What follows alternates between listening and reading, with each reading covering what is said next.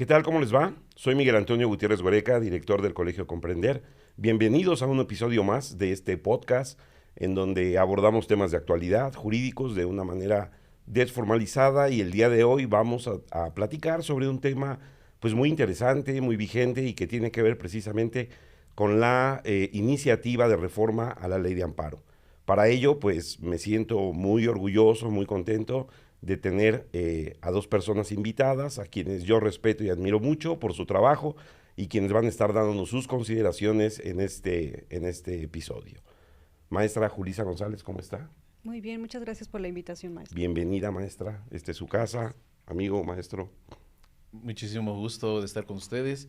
Un placer poder compartir algunas cuestiones sobre el juicio de amparo y la reforma que está por venir. Perfecto. Pues sin más preámbulo vamos a empezar. Este es un tema que pienso a toda la comunidad jurídica especialmente le llega a interesar. Sin embargo, pues la trascendencia de esta reforma tiene impacto en toda la sociedad, evidentemente, ¿no? Entonces, maestra, platíquenos un poquito de su trayectoria para que la gente la conozca. Yo sé que usted estuvo como titular de jueza de distrito. Cuéntenos un poquito para que la gente la conozca, por favor. Claro que sí, muy amable. Bueno, pues tengo una experiencia de 17 años en el Poder Judicial de la Federación, dentro de juzgados y tribunales federales. Evidentemente, todos los días he tramitado juicios de amparo. A partir de 1 de diciembre de 2019 fui titular del juzgado quinto de distrito de amparo y juicios federales en Chiapas, en Tuxtla Gutiérrez. Después estuve 4 años como jueza de distrito en materia mercantil en Naucalpan, Estado de México, y a partir de octubre de 2024 estuve como titular del juzgado 12º de distrito en materia civil en Ciudad de México, cargo que dejé a partir del 1 de septiembre con motivo de la reforma constitucional. Pues bastante experiencia, maestra, en este tema. Gracias. Amigo, yo ya te conozco bien, pero también ahí brevemente para que la gente que te escuche. Bien, mi nombre es Baldomero Mendoza, soy profesor de la Facultad de Derecho de la Universidad Nacional Autónoma de México y del Instituto Nacional de Ciencias Penales. Siempre he sido abogado postulante, con más, ahora sí, de 25 años de experiencia, Sí. dedicándome siempre a materia penal y justamente en materia de amparo. Y desde hace muchos años soy titular desde la materia de amparo, me he dedicado a su enseñanza y actualmente pues soy titular de mi propia oficina y colaboro en el Ayuntamiento de La Paz, Baja California Sur, como director de asuntos jurídicos. Perfecto, y qué lugar tan bonito, ¿no? La Paz te tocó. Bastante hermoso. Sí, sí, sí. Pues bueno, vamos a entrar en materia. Maestra, hay una propuesta que mandó la presidenta justamente de esta ley de amparo. ¿Usted qué opina? ¿Qué opina en relación a que si esta experiencia que usted tiene le permite como intuir o decir si era necesaria una reforma o no era necesaria? ¿Qué piensa usted? Yo creo que podría hablar en términos genéricos que tiene aspectos positivos y aspectos negativos. Los positivos son que incluyen cuestiones que habían sido reiteradas en acuerdos generales del Consejo de la Judicatura Federal. Por ejemplo, el tema de expediente electrónico, de la posibilidad de realizar notificaciones y hacer más ágiles los procedimientos. En ese tema yo diría que es una cuestión positiva. Sin embargo, al querer añadir estos criterios de tesis y jurisprudencias en otras cuestiones más sustantivas, como podría ser el interés legítimo o algunos otros aspectos como limitar los efectos de la suspensión, me parece peligroso, porque cuando se presentan los casos día a día surgen situaciones muy particulares que no siempre pueden ser digamos, concretadas dentro de la norma, y por lo tanto nosotros con la amplitud que tenía la norma anteriormente podíamos hacer la interpretación y poder pues hacer justicia, ¿no? ¿Siente usted entonces que se acota un poco esta parte? Definitivamente en algunos aspectos sí. Bueno, ahorita ya durante el desarrollo del programa, a ver si nos puede ir dando esta parte, porque usted hablaba de aspectos positivos y de aspectos negativos. Ahorita ojalá que lo podamos ir. ¿Tú qué opinas, mi querido maestro? Coincido plenamente, desde luego tiene una serie de aspectos positivos la reforma, específicamente en la tramitación electrónica, es algo que es necesario. Hoy día la interconectividad y que desde luego la gestión judicial de manera electrónica es una situación necesaria. Desde luego esto también permite la no saturación de personas dentro de los tribunales y sí, desde luego da una mayor agilidad. Y hoy día con la tecnología que desarrolló el Consejo de la Judicatura, con la implementación del portal de servicios en línea, desde luego era o es bastante confiable. Sin embargo, tenemos también un serio problema en el momento en el que solo con esto queremos agilizar el proceso. El proceso de amparo, procedimentalmente como está, tiene por lo menos 100 años. La ley de amparo de 1936 ya tenía este procedimiento como lo tenemos actualmente y lo que sí urge es una reforma al procedimiento, porque de lo contrario, por más buena intención que tengamos de que los juicios de amparo sean rápidos, estamos forzando a algo que por naturaleza, por el propio proceso, no da. Es como decir que yo quiero ir más rápido de donde yo vivo en Coapa hacia el aeropuerto, que realmente hago una hora y media en un momento de tráfico, y por decreto diga, ahora voy a hacer media hora. Bueno, sí, sí lo deseo, pero las condiciones no lo dan. Entonces, el proceso como está actualmente en la ley de amparo no da para que sea un proceso ágil. Tenemos que reformar urgentemente el proceso de amparo. Correcto. Y desde su punto de vista, maestra, ¿esta reforma no contempla, por ejemplo, esta cuestión del proceso? ¿O se enfoca a otros tópicos como el interés legítimo, la cuestión de la suspensión, que ya hablaba usted? Sí, yo creo que en temas procesales a lo mejor agiliza un poco el tema, por ejemplo, se me ocurre, relativo a la obligación de que cuando uno designe un usuario en el portal de servicios en línea, ya todas las notificaciones son electrónicas en automático, ¿no? A lo mejor hay aspectos, pero me parece que son mínimos, ¿no? O también, por ejemplo, el hecho de que obliguen a las autoridades a que realicen su usuario precisamente en el portal de servicios en línea para evitar que esta mensajería física de entrega de oficios nos retrase la tramitación del juicio de amparo, pero me parece que son aspectos mínimos que no logran realizar realmente esta agilidad. Por ejemplo, establecer en otra parte de la reforma que sean 60 días para el dictado de la sentencia máximo después de celebrada la audiencia constitucional, creo que suena muy bonito en la teoría, pero con la carga de trabajo que se tiene en muchos órganos jurisdiccionales, la verdad es que lo veo complicado y lo veo hasta peligroso, porque obligar a los juzgadores y a todo el personal del órgano jurisdiccional a dictar sentencias tan rápido pudiera resultar contraproducente. ¿Tú qué opinas, amigo, de este plazo que nos dice la maestra? Sí, justamente es a lo que decía, hacía referencia hace rato. El hecho de que yo imponga plazos que aparentemente son breves, si de 60 días naturales una vez celebrada la audiencia constitucional, lo único que va a hacer va a seguir saturando y mermar en la calidad del dictado de las sentencias de amparo. Yo decía hace rato, lo que hay que reformar es el procedimiento como tal, evitar que el procedimiento haga que se sature de una tramitología los juzgados de distrito. Desde 1936 está el procedimiento que se presenta la demanda de amparo. Una vez presentada la demanda de amparo, se corre traslado a la autoridad responsable para que rinda su informe con justificación, y este informe con justificación incluso se le va dando la posibilidad de prórrogas de que pueda rendirlo, y cada una de ellas implica diferimientos de las audiencias constitucionales. Esta tramitología hace que tenga un exceso de trabajo el Poder Judicial. Porque además, como decía la ex jueza, teníamos que llevar a cabo las notificaciones, llevarlas en papel, muchas veces no se lograban, notificar a los terceros interesados, se vuelve todo un problema que satura a los órganos jurisdiccionales. Pero además, el conocimiento tardío del fondo del asunto se debe también a la saturación de casos que van teniendo, que van llegando. Por eso yo siempre he sido partidario que debería haber una gran reforma que permita en principio ir mucho más rápido en el procedimiento. Hoy día tenemos incluso códigos modelos procesales en toda Latinoamérica que nos permitirían echar mano de nuevas figuras procesales, echar mano de oralidad, por ejemplo, para hacer que disminuya el plazo para resolver. Pero además, establecer una nueva dinámica de la audiencia constitucional en la que incluso, yo imaginaba hasta que un juez de distrito oralmente pueda resolver, se convertiría en algo que permita desahogar mucho más rápido el proceso. Lamentablemente decir que solo por ley van a ser más breves porque yo digo que debo de hacer media hora con tráfico al aeropuerto, pues no tiene ningún sentido. Sí, no, ninguno, absolutamente. Y bueno, esta parte, maestra, me gustaría ir como, yo creo que a uno de los temas torales, que es el interés legítimo versus jurídico y todo esto. ¿Cómo lo mira usted? ¿Realmente ha usado usted la palabra peligroso, negativo? Y yo creo que no es solamente usted muchas voces se han se han expresado en torno a esto. Platíquenos un poquito su postura en relación a esto. Gracias. Lo que veo en la iniciativa de la reforma, en la exposición de motivos, es que lo que intentan o la manera en la que justifican es introducir todos estos criterios jurisprudenciales que se han hecho en relación con el interés legítimo.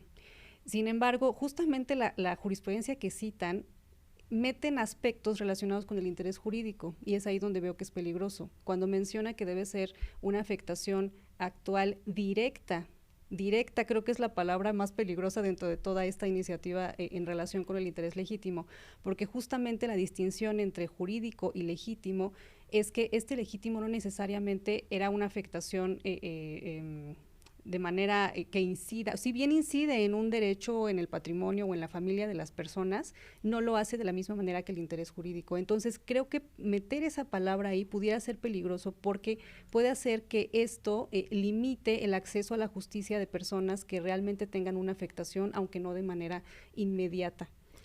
Sí, yo me quedo pensando un poco, maestro, en esta cuestión que viene en la narrativa oficial respecto de que se quieren tutelar todas estas prerrogativas de las comunidades, de las cuestiones indígenas y todo esto.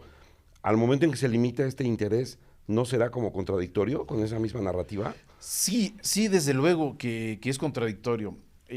La tesis de la cual hoy se basa la reforma es una tesis que surgió en la ponencia del ministro Arturo Saldívar.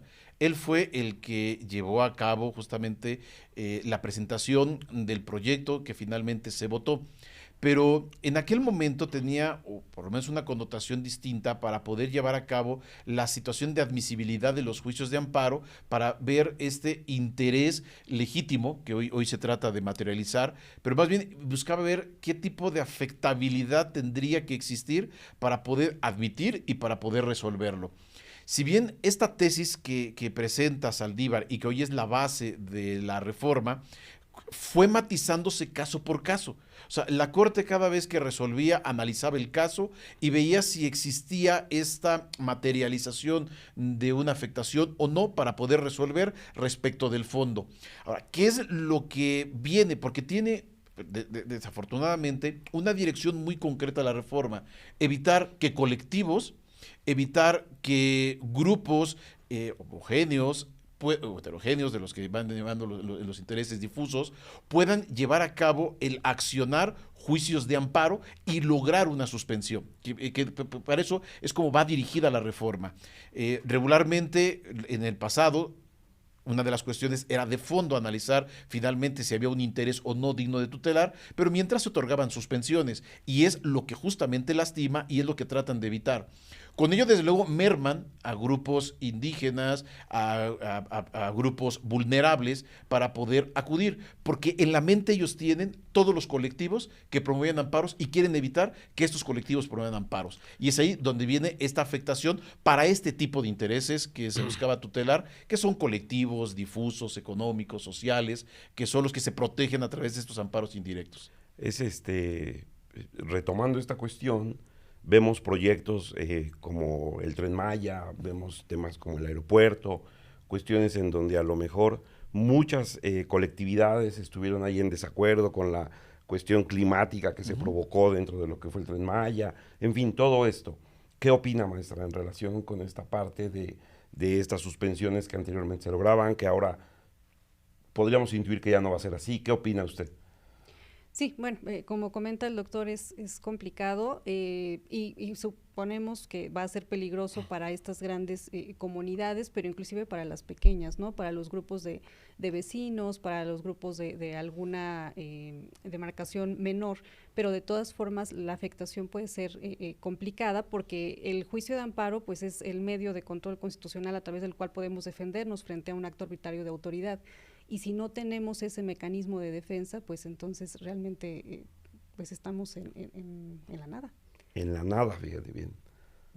Como para efectos de tú que eres maestro y que la gente entienda bien esta parte, porque según veo se define ahora, ¿no? Lo que es el interés legítimo. ¿Tú crees que sea bueno definirlo? ¿Crees que sea bueno definirlo? ¿Que sea necesario? Yo creo que establecer una definición que busque concretizarlo dentro de la norma no es del todo saludable. Pero hay que distinguir, para quien nos escucha y que nos está viendo, que esto del interés legítimo solo afecta para determinados tipos de derechos.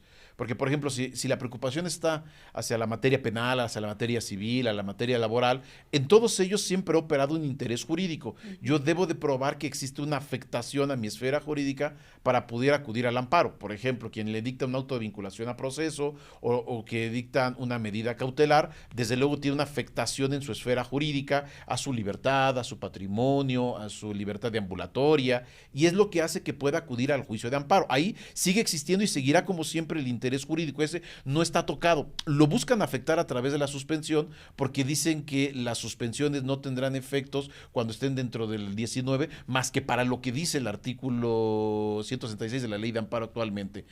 Pero esto lo que estamos alegando son para otro tipo de amparos, para otro tipo de derechos. Por ejemplo, el acceso a la salud.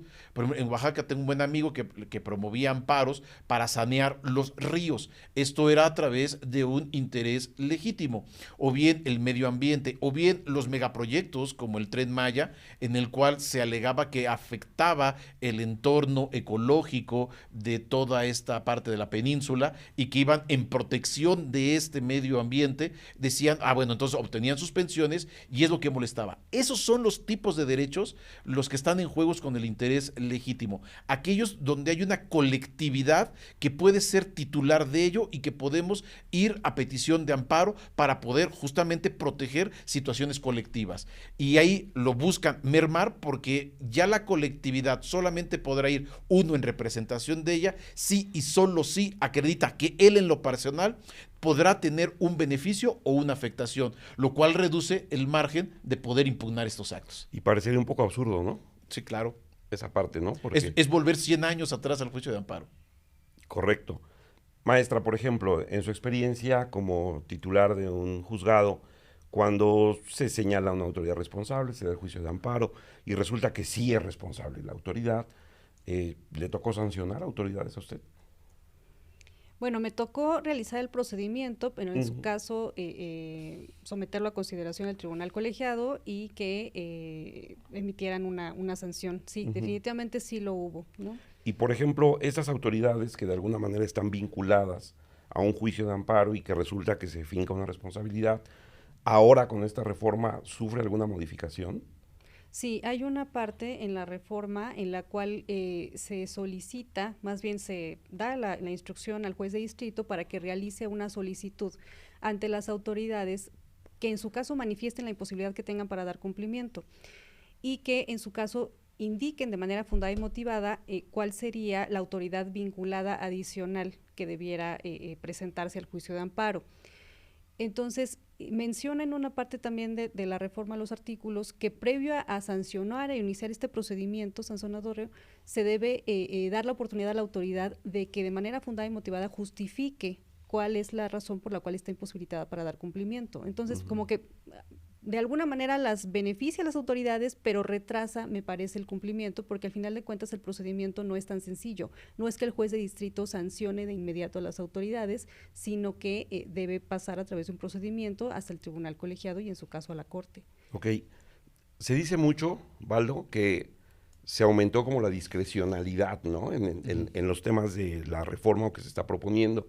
¿Tú qué opinas en relación a esto? Sí, a ver, la Corte, decíamos hace rato, caso a caso venía analizando posibilidades de amparar o no, y con ello fue fijando una serie de criterios a partir de los cuales era posible determinar la constitucionalidad o inconstitucionalidad de determinados actos. Por ejemplo, cuando determinados grupos vulnerables acudían en petición de amparo por falta de consulta previa, bastaba que determinaran ellos en su demanda que tenía una posición especial frente al orden jurídico. Por ejemplo, aquí en la Ciudad de México había una ley para personas con síndrome de Down y ¿Quién podía tener esta posición frente al orden jurídico? Pues las personas con síndrome de Down o bien aquellos colectivos o asociaciones que trataran estos temas. Acuden al amparo y desde luego no necesitaban, por como estaban los criterios, propiamente una afectabilidad, sino simplemente esta posición que tienen frente a la norma, y la Corte de manera automática lo único que hacía es ver, te consultaron antes de acudir o hacer la legislación, si la respuesta era negativa, en automático se declaraba inconstitucional.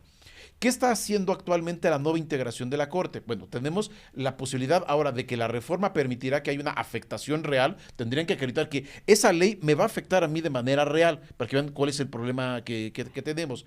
Pero además, el nuevo arsenal argumentativo de la nueva integración de la Corte, que empieza a quitar estos criterios que eran, por decirlo de alguna forma, los prioritarios para analizar la constitucionalidad de un acto, se han despojado de ellos. Por ejemplo, recientemente la Corte acaba de resolver en su nueva integración que ya no es un análisis oficioso de la consulta previa. Es decir, si yo acudo al amparo, la Corte no está obligada a analizar si me consultaron o no para los grupos vulnerables sobre la legislación. Para el caso que decíamos de las personas con síndrome de Down, ya no es necesario, de acuerdo al criterio de la Corte, haberlos consultado. Porque dice, incluso en la ponencia de Lenia Batres, que el legislador cuando legisló ya los protegió. Entonces, el quitarlos es quitar la ley, es quitarle la protección que el legislador ya previó para ellos. Sin embargo, aquí tenemos un problema. Porque ¿cómo saber que esa protección es adecuada si yo no les pregunté? Entonces, ahora, esta parte, que es lo que empieza a mermar los criterios, con el interés legítimo ellos tendrían, si pasa la reforma, que acreditar que esa ley les causa una afectación. Y después de que les causa una afectación, tendrían que probar que la falta de consulta llevó al fondo de la ley hacia su vicio de constitucionalidad, lo cual complica mucho más. Es decir, este discurso de ser justicia más cercana a la gente, en realidad no lo es. No lo va a hacer. No es, lo aleja más. Maestra, por ejemplo, hay una parte ahí en la iniciativa respecto de esta figura de la recusación, ¿no? ¿Qué nos puede comentar en relación con eso? Que anteriormente se tendría que abrir un incidente, ¿no?, para hacer la recusación, y ahora bastaría con que ya no es así, ¿no? Bueno, usted explíquenoslo mejor. Bueno, lo que menciona la reforma es que cuando sea de manera evidente una presentación de la recusación con la intención de dilatar el procedimiento, pues deberá desecharse de plano.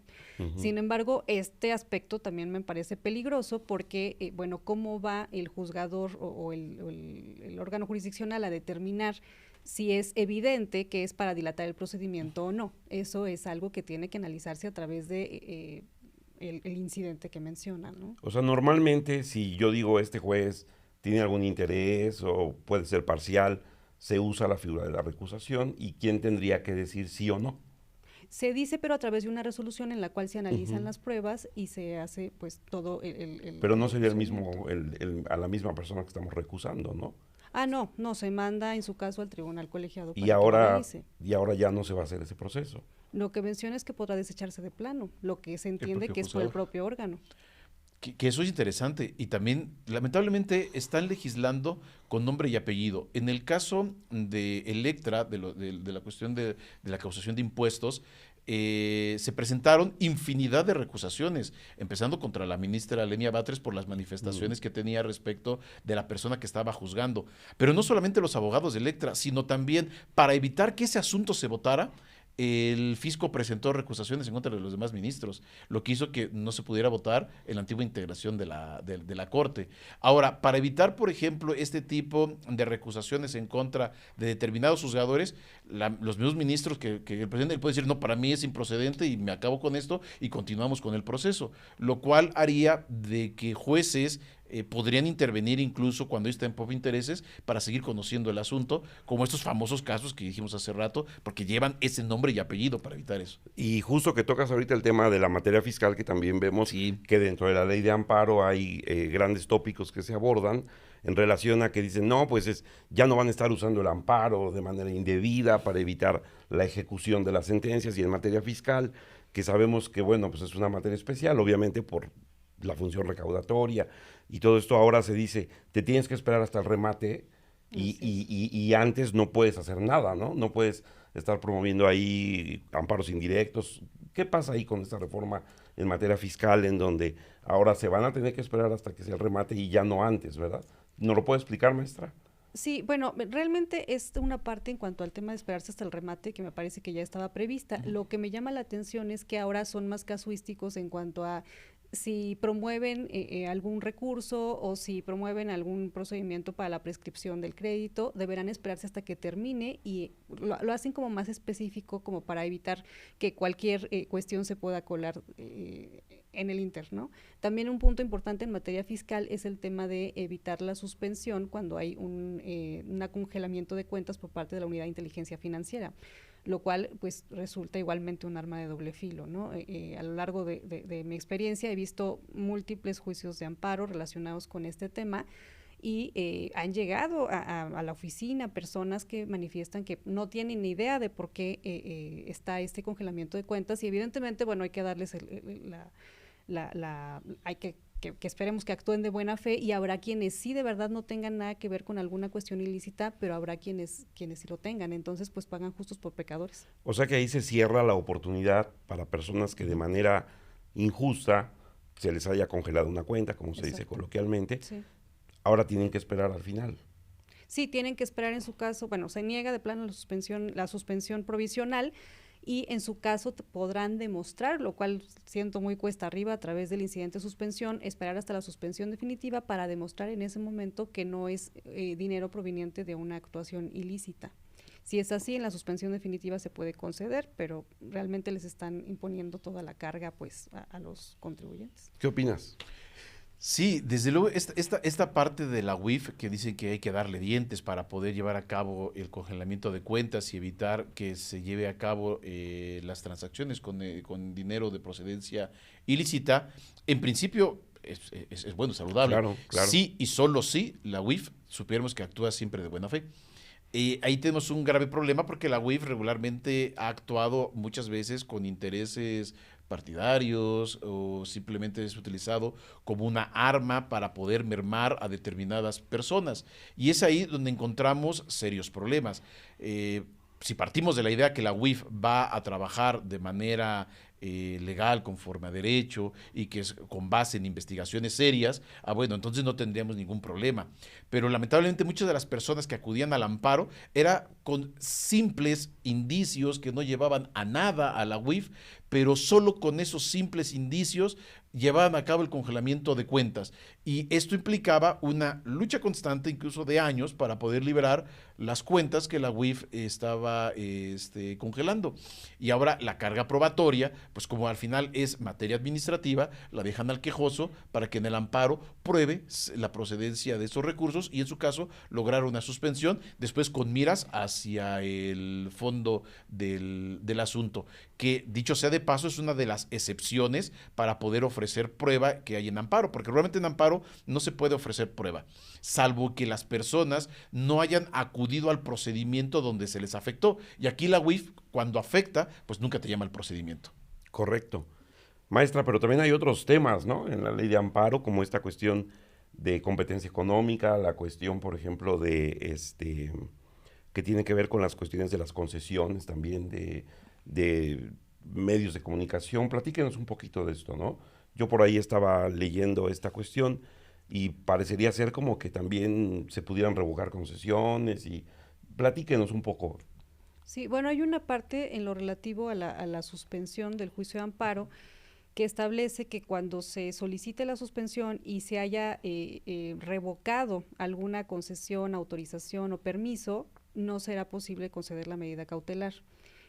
Lo cual pues igualmente limita, ¿no? el acceso a la justicia de las personas quejosas, porque antes, todavía, porque todavía no se ha aprobado la reforma, era posible hacer este otorgamiento de la medida cautelar de manera preventiva, porque esa es la naturaleza precisamente de la suspensión, ¿no? Con todo esto se va desnaturalizando esta idea de las medidas cautelares, que es acercar ese derecho que presuntamente está violado para efecto de no seguir entorpeciendo, afectando a las personas hasta esperar hasta el dictado de la sentencia, que además en su caso, que puede tardar, todavía pueden interponerse diversos recursos. Entonces la idea es adelantar ese efecto del juicio de amparo sin esperar todo este tiempo. Ok. ¿Cómo ves? Sí, toda la razón. Todo están pensando en dejarlo a que en el amparo se resuelva de fondo. Ujú. ¿Y qué pasa? Que durante toda la tramitación del amparo, incluyendo sus recursos, no puede existir una suspensión. En el discurso oficial dicen que no nos preocupemos porque ellos ya previeron que en 60 días naturales te van a resolver, así que aunque no te dé suspensión, tú tranquilo porque te voy a resolver en 60 días naturales.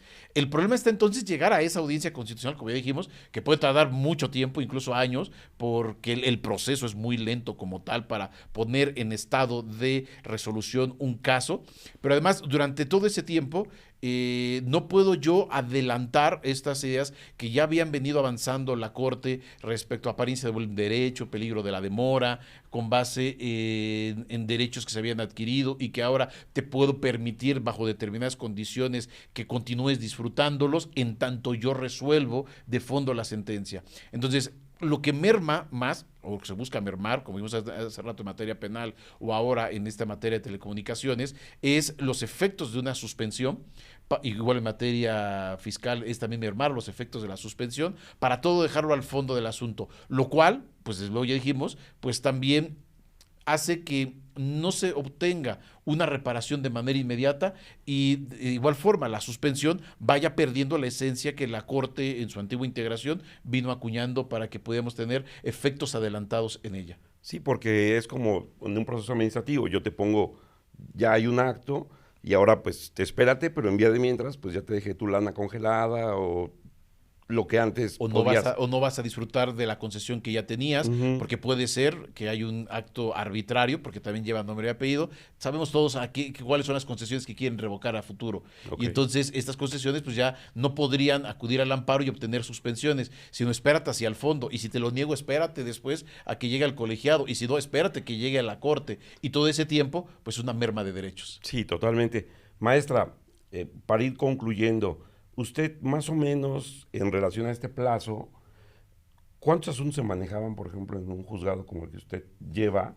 ¿Y qué tiempo le lleva, por ejemplo, a un juzgador sentarse, revisar, hacer un análisis? Y yo me remito a esto porque usted decía 60 días y es peligroso, ¿no? Es peligroso. A ver, así rápidamente, así nos podría comentar más o menos. Digamos, llevamos un promedio de 15 audiencias constitucionales por día, en las cuales pues realmente teníamos la obligación de dictar sentencia todos los días de esos asuntos, ¿no? Pero había de todo, ¿no? Había cuestiones que a lo mejor es un tema recurrente en el cual ya tenemos una idea de cómo resolver, pero había cuestiones jurídicas muy complejas, entonces no siempre se puede dictar sentencia de inmediato. Ahora, si eso lo van acumulando día con día, además de los acuerdos, que generalmente son 200 o 300 acuerdos por día, realmente se vuelve insostenible que dictemos sentencia de todos los asuntos el mismo día. Entonces, al irse acumulando, tardábamos alrededor de 3 meses o más. Ok, ¿qué va a pasar con esta iniciativa, mi querido maestro? ¿La van a mandar al Congreso? ¿Va a haber parlamento abierto? ¿No va a haber? No va a haber parlamento abierto, ya se anunció y la van a aprobar, todo parece que tal y como se fue presentada, sin ningún tipo de discusión. Y esto tenemos otra vez serios problemas con los abandonos de viejos criterios. Esto de la democracia deliberativa que la Suprema Corte había venido ya acuñando en varios precedentes, que implicaba que para que se apruebe una ley debe haber una discusión seria, con conocimiento del caso, dar la oportunidad del debate, porque solamente a partir del conocimiento de los asuntos, del debate dentro de las cámaras, es posible llevar a cabo la configuración de una voluntad política de manera razonada y democrática como tal. Pero ahora, incluso en estos días es donde está en debate la Corte respecto de la democracia deliberativa, dicen que no, que la democracia deliberativa solamente es para los propios diputados y si el diputado no es el que va al amparo, pues no tendría que estar alegándose democracia deliberativa y que los ciudadanos no podemos exigir esta democracia deliberativa porque no nos afecta a nosotros. Eso es un problema serio, porque entonces muchas de estas leyes, empezando por la ley de amparo a partir de estos criterios, pueden pasar fast track, sin discusión, sin que los diputados ni siquiera conozcan las consecuencias de la norma que van a aprobar, y deja de las consecuencias, el mismo contenido de la norma, porque se los distribuyen y votan sin conocer a veces el contenido de la norma, solo porque votan en grupo o en una plantilla que hace que desde luego merme la calidad de las leyes. Entonces, ¿qué va a pasar? Pues todo parece indicar que estaremos hablando de una próxima reforma ya Va a llegar. configurada. Va a llegar. Maestra, muchísimas gracias por haber estado aquí en este programa. Al contrario, Vamos cerrando. Algunas palabras, consideraciones finales ya para cerrar. Pues nada, esperar las consideraciones de los jueces de distrito y los magistrados de circuito. Sin duda, la ley pues para interpretarse y creo que debe hacerse conforme al 17 constitucional. Gracias, amigo. Finalmente, toda norma debe ser interpretada y aunque se ponga en la norma que no es objeto de interpretación, debe ser interpretada y esperemos que las interpretaciones que surjan sean las adecuadas. Ojalá que así sea y esto fue precisamente un programa más, Reforma, la iniciativa a la Ley de Amparo, en donde en el Colegio Comprender eres lo que haces. Gracias, hasta la próxima.